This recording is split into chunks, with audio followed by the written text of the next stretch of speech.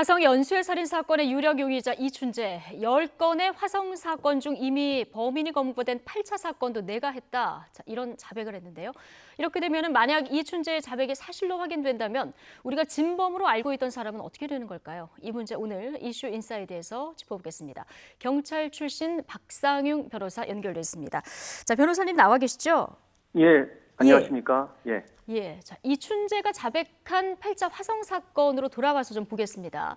예, 당시 경찰은 22세였던 윤모 씨를 유력 용의자로 지목을 했고 화성 그 연쇄살인 사건의 모방 범죄다 이렇게 보고 사건을 종결했습니다. 경찰이 그렇습니다. 당시 윤 씨를 범인으로 본 이유는 어디에 있었습니까? 가장 큰 것은 아마 윤 씨의 자백이었습니다. 첫 번째는 자백. 그렇습니다. 윤 씨가 자기가 살인을 했다고 스스로 범죄 사실 인정했거든요.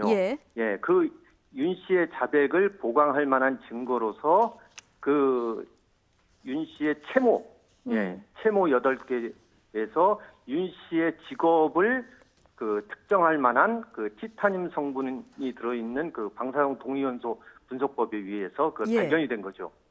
근데 사실상은 윤 씨의 자백 그리고 윤 씨의 자백을 뒷받침할 그 채모와 그다음에 혈액형이 의해서 아마 윤 씨가 기소가 되었고 또 재판을 받아서 대법원에서 유죄로 확정된 거죠. 자백은 일단 지금은 윤 씨가 이제 고문에 의한 것이었다 이렇게 얘기를 하고 있기 때문에 뒤에 좀 더 따져보고요. 여기에 뒷받침하는 증거로 혈액형이 B형이었던 점, 그리고 채모에서 이제 티타늄이 검출됐다 이런 점인데요. 그때 당시에 찾아보니까 경찰이 방사성 동위원소 감별법을 적용한 국내 첫 과학 수사다 이렇게 대대적으로 홍보를 하기도 했던데 방사성 동위원소 감별법, 그 현대 과학 수사 기법하고 비교했을 때 신뢰도가 어느 정도입니까? 그 당시에 국립과학수사연구소에서 그 할 수 있는 그 방법 중에는 상당히 과학적인 방법이었습니다. 당시 기준으로는요? 그러니까 이제 그렇습니다. 이제 용의자로서 경찰이 몇 명을 특정을 했는데 그 용의자 중에서 윤 씨의 직업과 관련된 그 특정할 수 있는 것 중에 그 채모 중에서 그 티타늄 성분이 발견됐다는 거거든요. 그래서 그 티타늄 성분이라는 것은 그 윤 씨를 특정할 수 있는 어떤 그 단서가 될 수 있다는 거죠. 더군다나 거기서 혈액형이 B형이었다. 그럼 여러 용의자 중에서 윤 씨를 특정할 수 있는 단서였다는 겁니다. 거기에 가장 중요한 것은 윤 씨가 범죄 사실을 자백을 했다는 겁니다. 만약에 윤 씨의 범죄 사실에 자백이 없었다면은 지금 그 채모 검사에서 나온 티타늄 성분과 그다음에 혈액형 B형 이것만 갖고서는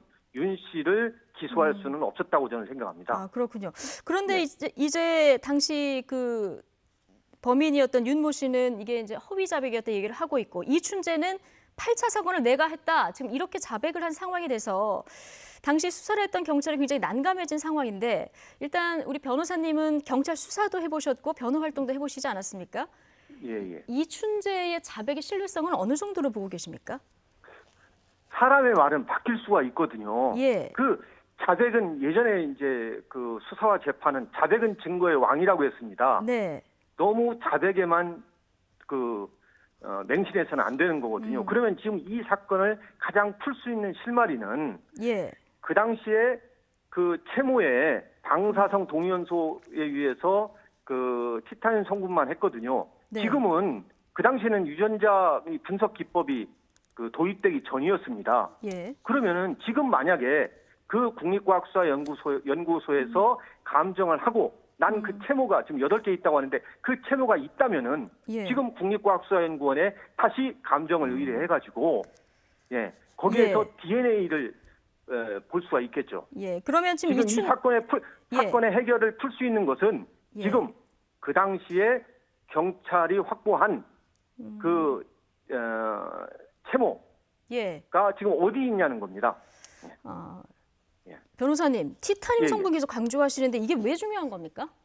그 당시에는 아마 이 티타늄 성분이 이 사람 중에 직업을 이 머리에 채모에 티타늄 성분이 남아 있다는 것은 그 사람이 어떤 이러한 성군과 관련 있는 직업에 종사했을 것이다. 예. 그런데 그 직업의 종사자는 굉장히 많을 수 있잖아요.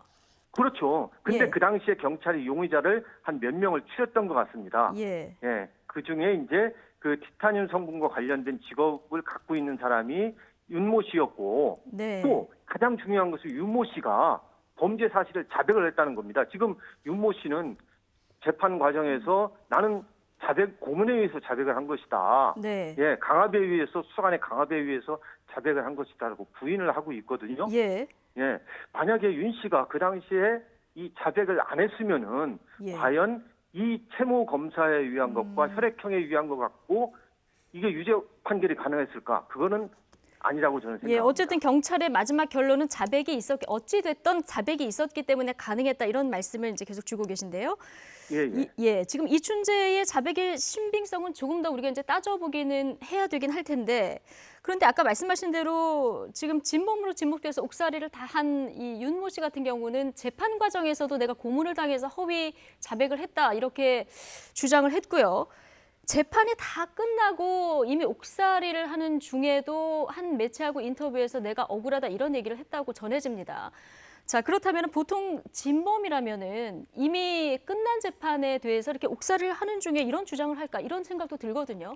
아, 그런 사람들 많이 있습니다. 진술 예. 갖고서 네. 예, 나는 안 했는데 내가 억울하게 유죄 판결을 받았다라고 주장하는 사람들이 지금 교도소에 수감된 사람도 있습니다. 근데 문제는 뭐냐면은 근데 이제 재판이 예. 끝나면 실익이 없잖아요.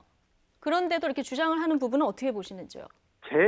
재심을 해야 되는데 과연 지금 이 윤모 씨가 예. 지금 이춘재가 내가 사진을 했다. 내가 진범이다. 그 당시에. 예. 이러한 진술을 듣고서도 계속 나는 사진을 안 했는데 강압에 의해서 당시에 자백하고 그거에 의해서 유죄가 된 것이다라고 주장할지는 모르겠습니다. 근데 이 예. 사건이 과연 윤모 씨에 의한 것이냐 아니면 이춘재가 한 것이냐 네. 라는 것에 가장 실마리를 풀 수 있는 것은 지금 그 당시에는 유전자 분석 기법이 도입되기 전이었는데 예. 지금 그 채모 8개가 지금 네. 있느냐 없느냐인 거죠. 우리가 예. 감정을 하고 난 다음에는 그 채모를 보관할 수가 있거든요. 근데 다시 그러면 현대 과학기술 기법으로 이제 다시 들여다봐야 된다 이런 말씀이신데요. 그 채모만 있으면은 지금 네. 그 채모를 가지고 유전자 분석이 가능합니다. 알겠습니다. 그러면은 예.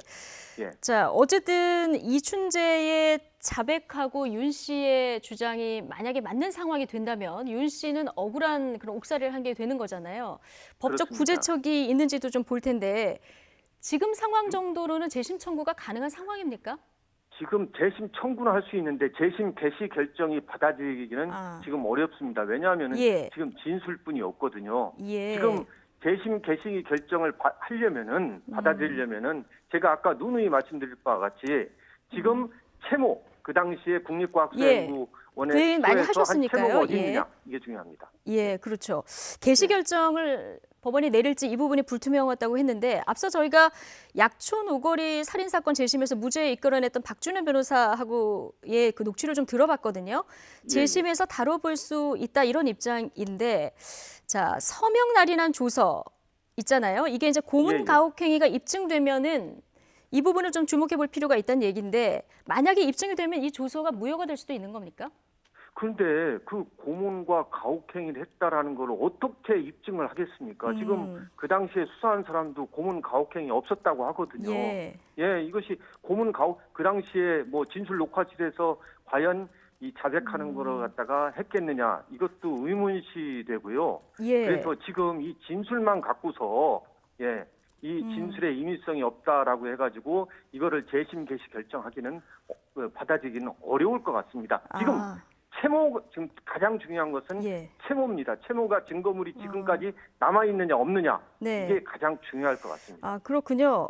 가혹행위의 입증이 지금 현실상 어렵기 때문에 지금 아까부터 계속 말씀하신 채모의 이제 그렇습니다. 현대적인 과학기술기법으로 증명을 해내는 것 이 부분인데 이거는 이게 증거 보존이 안 돼 있습니까? 지금 이게 가장 큰 문제입니다. 우리가 경찰에서 사건을 수사하고 증거물을 검찰로 갑니다. 그런데 검찰에서 법원에 기소하면 이 증거물 관리가 어디가 돼 있는지를 잘 모른다는 겁니다. 증거물 관리 경찰이, 주체가 어디가 되는지 그렇습니다. 모른다는. 예. 경찰이 증거물 관리 시스템이 제대로 안 돼 있고 또 검찰도 그렇고 예. 이게 문제입니다. 그런데 과연 이 증거물이 지금 채무가 있느냐 없느냐, 지금은 그거 DNA 분석이 가능하다고 하거든요. 네. 그래서 미제 사건을 풀려면은 가장 중요한 게 증거물 관리 시스템을 검찰도 그렇고 경찰도 그렇고 뭐 국립과학수사연구소도 그렇고 이걸 제대로 관리하는 게 중요합니다. 예, 알겠습니다. 지금 또 하나 문제, 지금 이거 대단히 국민적인 관심이 있었던 미제 사건인데 증거물 관리가 제대로 돼 있지 않을 가능성을 지금 언급해 주셔서 또 하나 생각해 봐야 될 대목이 아닌가 싶긴 한데요. 일단 오늘 여기까지만 듣겠습니다. 자, 박상윤 고맙습니다. 변호사와 함께했습니다. 고맙습니다. 예, 감사합니다.